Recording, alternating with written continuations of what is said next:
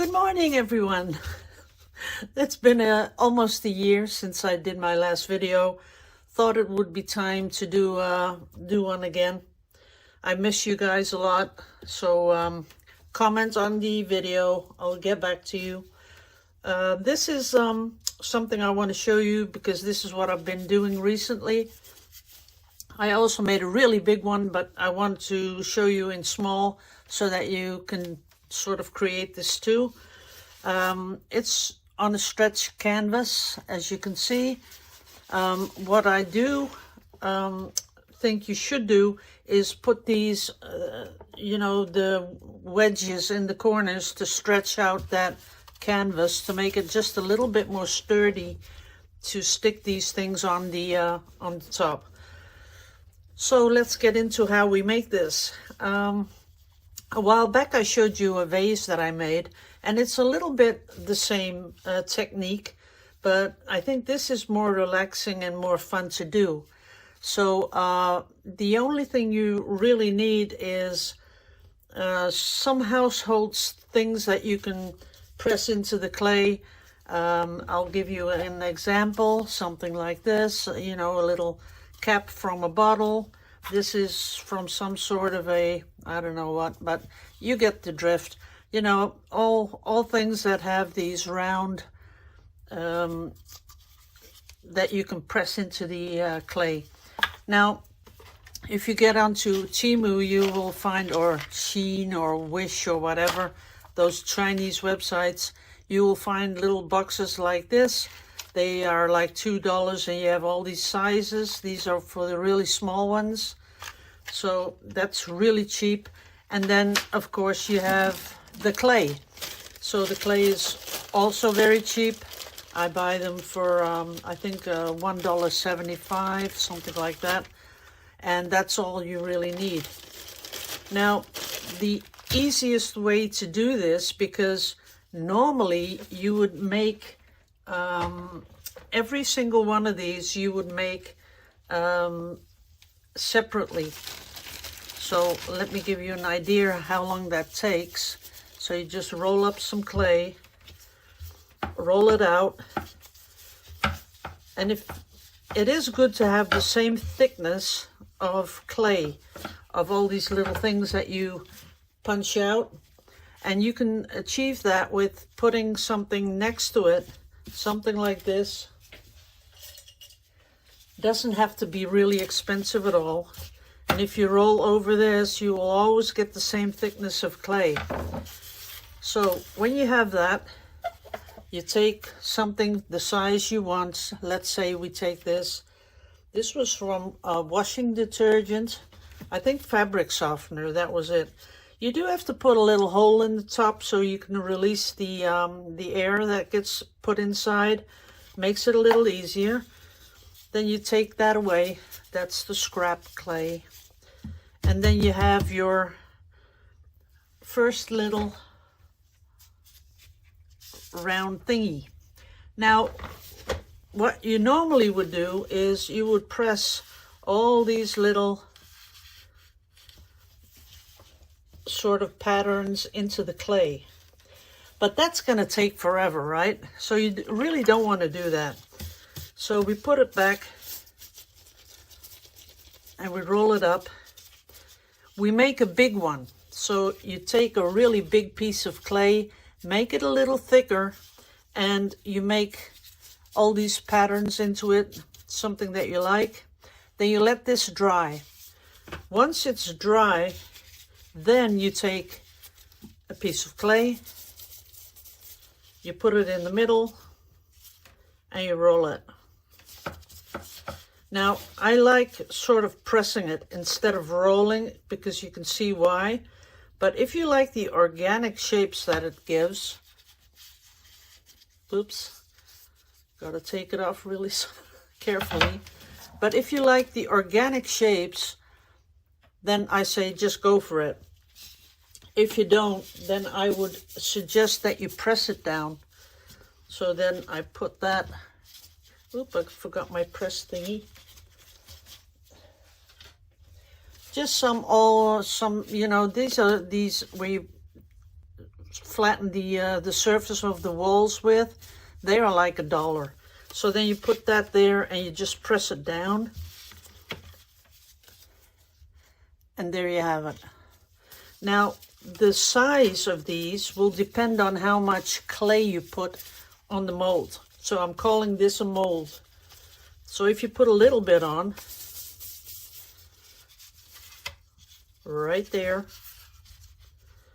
and you press it down, you get the little ones. And those are the ones I used on this. See the size? What you can also do to just kind of spruce it up is give it a little different. See that? It has a small one in the middle, the big one on the sides. You can also do that just to make it a little more interesting. And of course, this one, which I've showed a lot of people before because I made some vase out of it. But you can use this one, and this will give you a little pattern like that. Maybe you like that. What you do have to watch out for is you don't want these raised edges, because then you can't press it down with the spatula. So for making one on a canvas, you want to have the flat ones, not ones with the raised size. Don't want that. So here we have another little one with all sorts of little things going on in the middle. I made a lot. I have a whole little box full of stuff which I can use for molds. But also the leftover ones are in here from the painting. I sort of like this one. It has just a little bit more in the middle going on. So that'll give us, let's put this together. This one will give us a little bit more of a,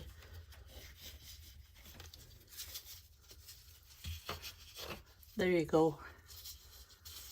So that's really easy. Now, to fill it up, you make a lot of these. So to fill it up, I like these little ones. Because I think it's because they look like the cells I used to do in the paint pouring, which I will be getting back to in a while. I do want to do some more pouring, but not as much as I did in the beginning. So if you want these little ones, they are pretty much all the same size. And how we do that is really easy. We get some more of that clay, and I'm still a redhead, by the way, for people wondering.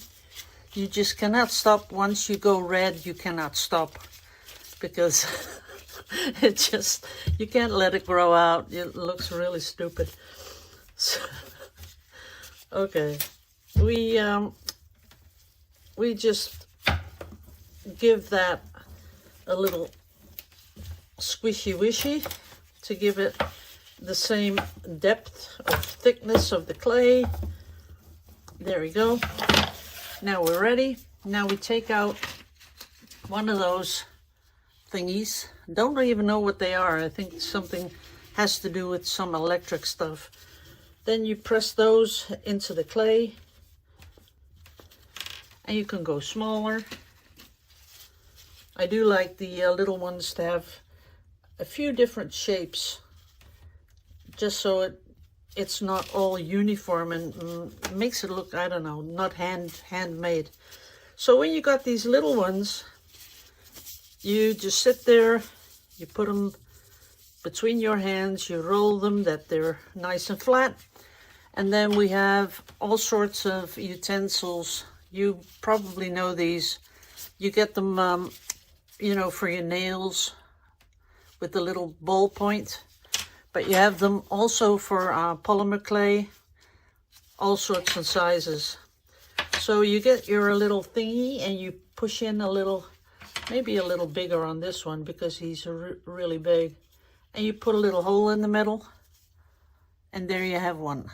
See that? and the smaller ones. I usually don't do this with gloves, but I want to keep my hands clean for stuff I want to get. So that's a small one. Give it a little hole in the middle. There you go. Small one.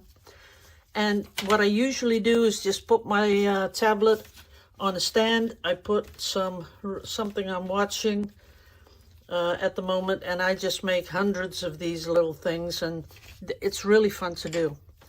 Now we come to the sort of assembling everything together, because now you know how to make these things. You know how to spruce it up. You know how to, just make them really nice looking. Okay, then what we do is put this away. What we do is we get our canvas. You can paint the background any color you like. I like this sort of, it was for me sort of underwater scene, but you can make it any color you like, and you can even give it a sort of an ombre, light to dark, dark to light.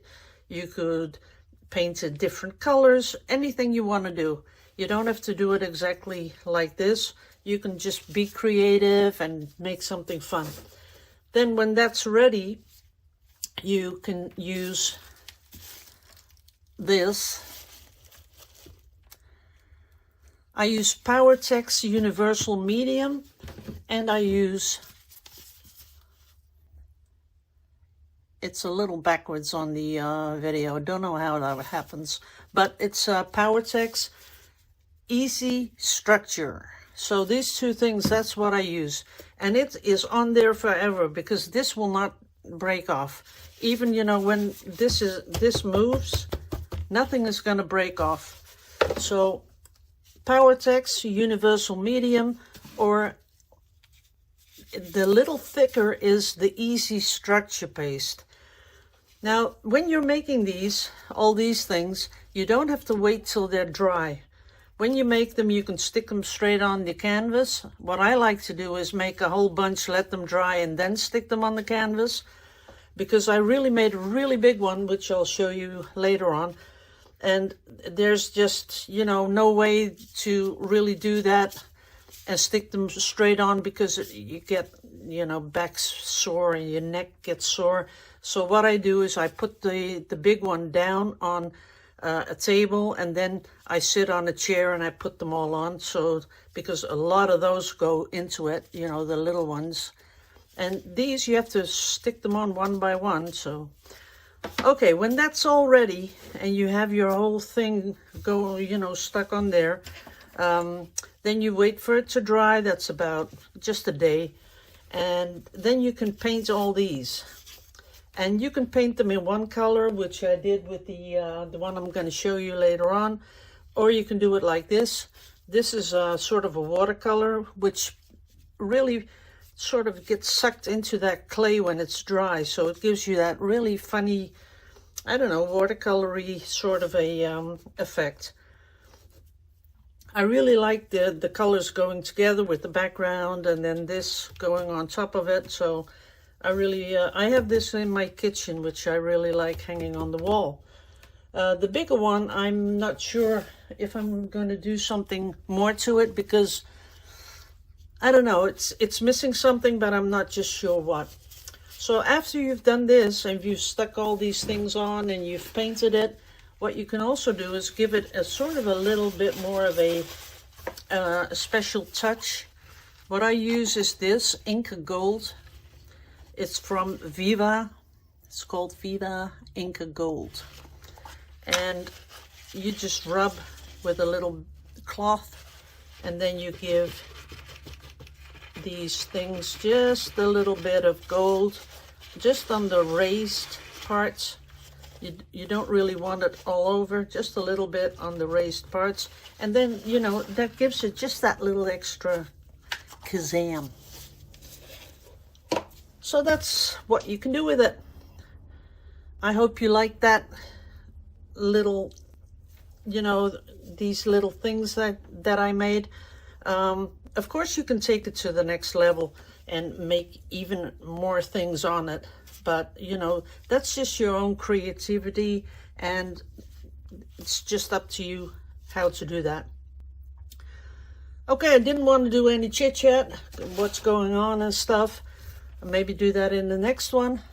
So I hope you all like this. Hope it's something that you could think, hey, I'm going to do that. And let me know in the comments. So still love you all to pieces. See you next time.